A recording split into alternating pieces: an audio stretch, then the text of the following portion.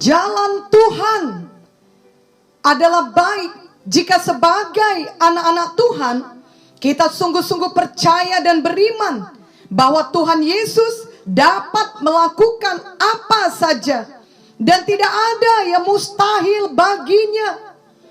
Namun kita juga perlu menyadari bahwa kita adalah manusia yang memiliki pengetahuan yang terbatas. Hanya Tuhan saja yang maha tahu. Dan jalan Tuhanlah yang sempurna. Waktu Tuhanlah yang tepat. Dan rancangan Tuhan selalu jauh lebih baik dari apa yang bisa kita rancangkan bagi hidup kita. Ini semua oleh karena keterbatasan pengetahuan manusiawi kita. Yesaya 55 ayat 8-9 berkata, sebab rancanganku bukanlah rancanganmu, dan jalanmu bukanlah jalanku. Demikianlah firman Tuhan. Seperti tingginya langit dari bumi, demikianlah tingginya jalanku dari jalanmu, dan rancanganku dari rancanganmu. Jelas dikatakan bahwa seperti tingginya langit dari bumi, demikianlah tingginya jalan Tuhan daripada jalan kita manusia. Marilah kita mau patuh kepada Tuhan, mau hidup di dalam jalan Tuhan, dan tidak memaksakan jalan kita sendiri ataupun keinginan kita sendiri. Di dalam Ezra pasal 4 ayat 1-5 dituliskan, ketika lawan orang Yehuda dan Benyamin mendengar bahwa orang-orang yang pulang dari pembuangan itu sedang membangun bait suci bagi Tuhan Allah Israel, maka mereka mendekati Zerubabel serta para kepala kaum keluarga dan berkata kepada mereka, biarlah kami turut membangun bersama-sama dengan kamu, karena kami pun berbakti kepada Allahmu sama seperti kamu. Lagi pula kami selalu mempersembahkan korban kepadanya sejak zaman Esarhadon, Raja Asyur, yang memindahkan kami kemari. Tetapi Zerubabel, Yesua, dan para kepala kaum keluarga orang Israel yang lain berkata kepada mereka, bukanlah urusan kita bersama, sehingga kamu dan kami membangun rumah bagi Allah kami, karena kami sendirilah yang hendak membangun bagi Tuhan Allah Israel, seperti yang diperintahkan kepada kami oleh Kores, Raja negeri Persia. Maka penduduk negeri itu melemahkan semangat orang-orang Yehuda dan membuat mereka takut membangun. Bahkan selama zaman Kores, Raja negeri Persia, sampai zaman pemerintahan Darius, Raja negeri Persia, mereka menyogok para penasehat untuk melawan orang-orang Yehuda itu dan menggagalkan rancangan mereka. Dari ayat-ayat tersebut kita melihat bahwa orang Israel sedang membangun bait suci. Namun mereka menghadapi banyak tantangan dari pihak orang yang tidak menginginkan mereka berhasil membangun bait suci tersebut. Semangat mereka pun menjadi lemah. Tuhan berfirman kepada Zerubabel, pemimpin mereka, bagaimana mereka melanjutkan pembangunan bait suci itu dalam Zakaria 4 ayat 6. Maka berbicaralah ia, katanya, inilah firman Tuhan kepada Zerubabel bunyinya, bukan dengan keperkasaan dan bukan dengan kekuatan, melainkan dengan rohku, firman Tuhan semesta alam. Firman Tuhan ini adalah untuk kita juga pada zaman sekarang ini. Sebagai anak-anak Tuhan, tentulah kita semua bersungguh-sungguh hati mau membangun kerajaan sorga dan melayani Tuhan dengan segenap hati kita, sama seperti orang Israel yang mau membangun bait suci.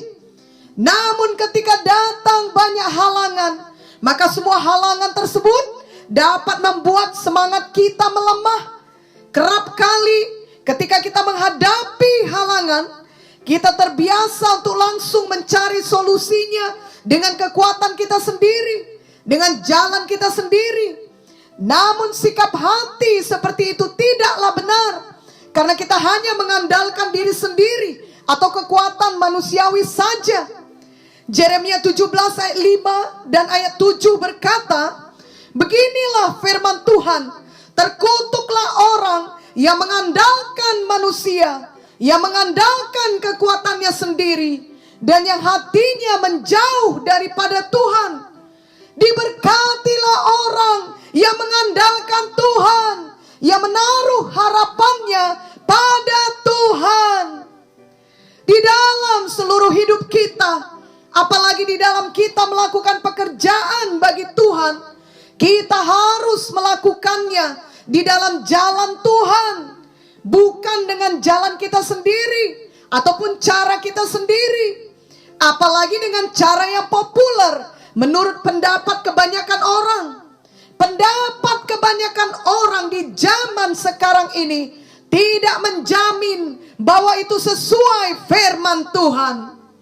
Di dalam Yesaya 5 ayat 20 dituliskan, celakalah mereka yang menyebutkan kejahatan itu baik dan kebaikan itu jahat, yang mengubah kegelapan menjadi terang dan terang menjadi kegelapan, yang mengubah pahit menjadi manis dan manis menjadi pahit.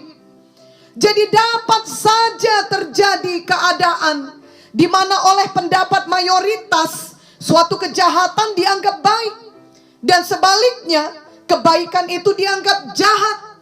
Namun apa yang dikatakan firman Tuhan, itulah kebenaran yang tidak dapat digoyangkan, walaupun itu bertentangan dengan pendapat mayoritas manusia.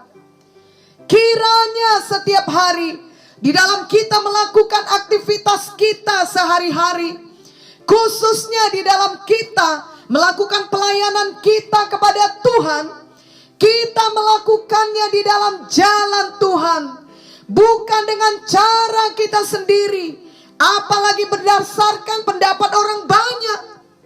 Ada banyak orang berpendapat bahwa bila kita berhasil mencapai tujuan yang diharapkan, maka cara apapun boleh dihalalkan. Juga jalan pintas boleh saja diambil, walaupun itu bertentangan dengan hati nurani. Sebagai anak-anak Tuhan, marilah kita dipimpin Roh Kudus, sehingga kita tidak terjebak untuk memakai jalan manusia yang mungkin kelihatannya wajar, normal, dan baik di zaman sekarang ini, namun sebenarnya bertentangan dengan jalan Tuhan. Sesungguhnya semua manusia dilahirkan dalam dosa dan penuh dengan siaku dan kepentingan diri sendiri. Itu sebabnya jalan manusia seringkali menyebut yang jahat itu baik jika itu menguntungkan dirinya. Sebenarnya sebagai anak Tuhan akan selalu ada suara lembut dari Roh Kudus yang memperingatkan kita di dalam hati nurani kita untuk tidak meneruskan tindakan atau perkataan yang jahat. Hati nurani kita yang telah diterangi oleh firman Tuhan mengetahui bahwa yang kita perbuat itu adalah hal yang jahat, namun demi untuk membawa banyak keuntungan bagi diri kita, apakah itu demi mendapatkan keinginan kita, atau demi mempertahankan kekuasaan kita, atau demi mendapatkan banyak uang, maka kerap kali kita mengeraskan hati, dan kita tidak mempedulikan lagi hati nurani kita, dan meneruskan saja tindakan jahat tersebut.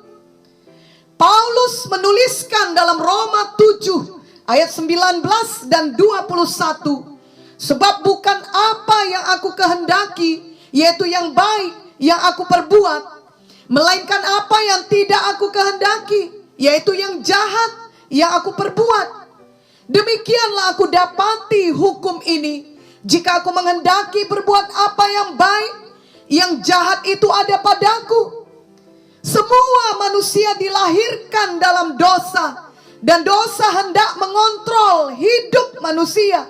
Itu sebabnya Tuhan Yesus datang ke dunia, mati di kayu salib, mengampuni dosa kita, memberi jalan bagi kita untuk hidup dalam kebenaran dan kekudusan. Tuhan Yesus memberikan firman-Nya dan Roh Kudus untuk memimpin kita sehingga dosa tidak menguasai kita lagi. Jika kita mau, kita dapat hidup di dalam jalan Tuhan, di mana yang jahat adalah jahat dan yang baik adalah baik. Dan biarlah kita memilih untuk melakukan yang baik dan tidak melakukan yang jahat. Dengan kekuatan manusiawi saja kita tidak akan sanggup melawan dosa. Itu sebabnya Tuhan mengaruniakan juga Roh Kudus-Nya kepada kita dan mengingatkan kita ayat di atas, yakni Zakaria 4 ayat 6 yang berkata, bukan dengan keperkasaan dan bukan dengan kekuatan, melainkan dengan Rohku, firman Tuhan semesta alam. Dan Roma 8 ayat 2 berkata, Roh yang memberi hidup telah memerdekakan kamu dalam Kristus dari hukum dosa dan hukum maut. Kita tahu bahwa Paulus yang menuliskan ayat firman Tuhan ini dahulunya adalah seorang yang menganiaya murid-murid Tuhan. Dahulu ia meyakini yang ia lakukan itu adalah hal yang benar. Dengan kata lain, Paulus meyakini bahwa kejahatan itu baik dan kebaikan itu jahat. Namun kemudian Paulus bertemu dengan Tuhan Yesus dalam perjalanannya ke Damsyik. Kisah Para Rasul 9 ayat 1 menuliskan, sementara itu berkobar-kobar hati Saulus untuk mengancam dan membunuh murid-murid Tuhan. Lalu Kisah Para Rasul 9 ayat 17 sampai 18 menuliskan, lalu pergilah Ananias ke situ dan masuk ke rumah itu. Ia menumpangkan tangannya ke atas Saulus, katanya, Saulus saudaraku, Tuhan Yesus yang telah menampakkan diri kepadamu di jalan yang kau lalui telah menyuruh aku kepadamu supaya engkau dapat melihat lagi dan penuh dengan Roh Kudus. Dan seketika itu juga seolah-olah selaput gugur dari matanya sehingga ia dapat melihat lagi. Ia bangun lalu dibaptis. Kemudian Kisah Para Rasul 9 ayat 20 menuliskan, ketika itu juga ia memberitakan Yesus di rumah-rumah ibadat dan mengatakan bahwa Yesus adalah Anak Allah. Betapa dahsyat perubahan Saulus yang kemudian kita kenal dengan nama Paulus. Tadinya ia berkobar-kobar atau bersemangat untuk membunuh murid-murid Tuhan. Kemudian ia justru berkobar-kobar untuk memberitakan Tuhan Yesus. Dalam ayat 18 dituliskan bahwa seolah-olah selaput gugur dari matanya sehingga ia dapat melihat lagi. Lalu kemudian cara pandangnya berubah, hatinya berubah. Ia bertobat dan jalan hidupnya berubah sepenuhnya. Paulus kini melihat kejahatan sebagai kejahatan dan kebaikan sebagai kebaikan. Ternyata jalannya selama ini adalah jalan yang salah, dan Paulus membuat pilihan untuk terus hidup di dalam jalan Tuhan, di dalam jalan kebaikan. Walaupun untuk itu Paulus harus mengalami banyak penderitaan. Sejak Paulus mendengar suara Tuhan di dalam perjalanannya ke Damsyik, ia tidak pernah lagi kembali pada jalannya yang lama. Ia menyebutkan kejahatan itu baik. Dan sama seperti kepada Paulus, maka kepada kita di zaman sekarang ini pun ada suara Roh Kudus di dalam hati kita masing-masing. Sebagaimana Roh Kudus mengubahkan hidup Paulus, Roh Kudus juga berkuasa mengubahkan hidup kita jika kita mau dan jika kita mengizinkannya. Marilah kita merendahkan hati kita dan bertobat dari memakai jalan kita sendiri. Marilah kita bertobat bila selama ini kita sering bersandar pada kekuatan manusiawi saja. Marilah kita bertobat Jika kita selalu mengikuti pendapat orang banyak dan bukan sungguh-sungguh mencari kebenaran, marilah kita memakai jalan Tuhan, bersandar dan berharap kepada kuasa Tuhan, dan kita tetap patuh kepada kebenaran firman Tuhan berapapun harganya.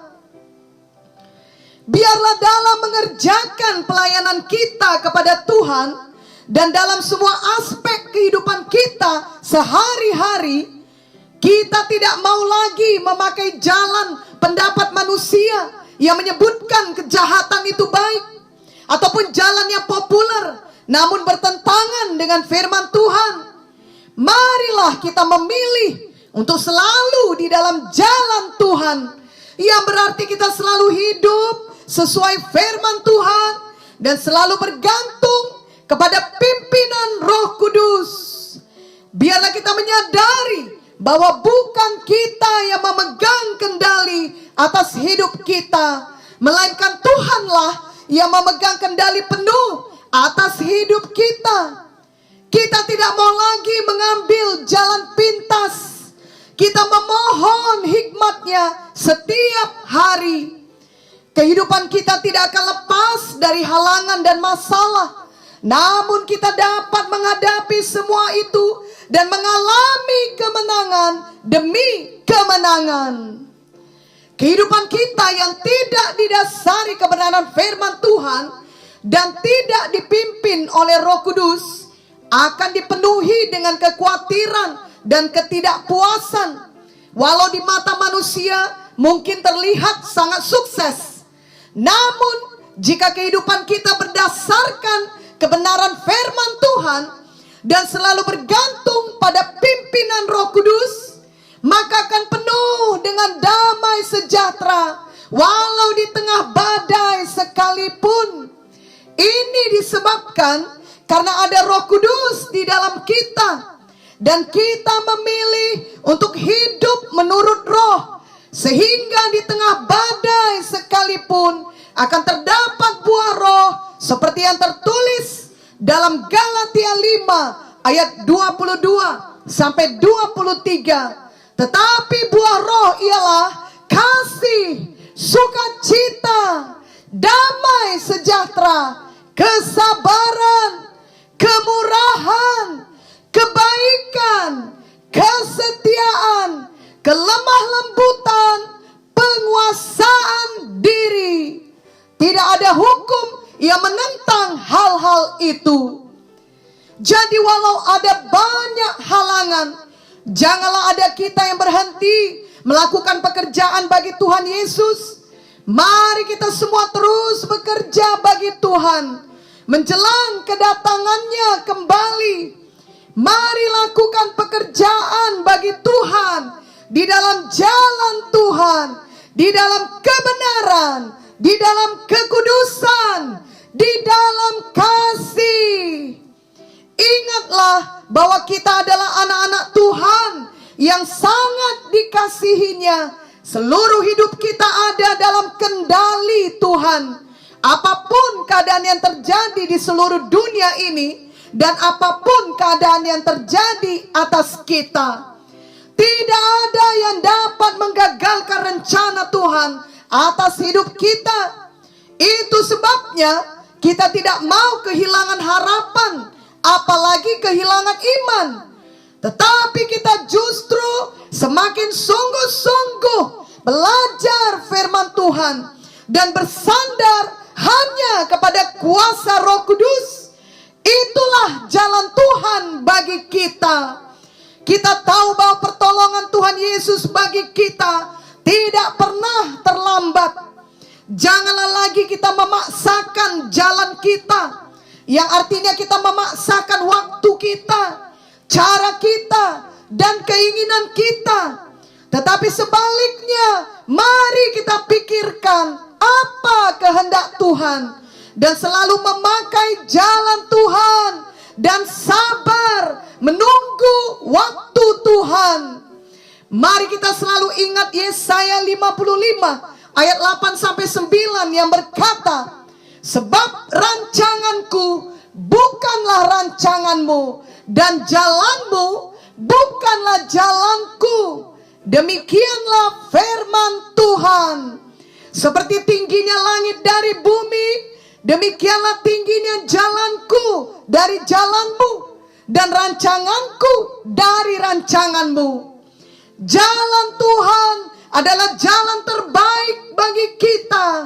Dan ingatlah juga akan firman Tuhan dalam Amsal 3 ayat 5 sampai 8. Percayalah kepada Tuhan dengan segenap hatimu, dan janganlah bersandar kepada pengertianmu sendiri. Akuilah Dia dalam segala lakumu, maka Ia akan meluruskan jalanmu. Janganlah engkau menganggap dirimu sendiri bijak. Takutlah akan Tuhan dan jauhilah kejahatan. Itulah yang akan menyembuhkan tubuhmu dan menyegarkan tulang-tulangmu. Amin.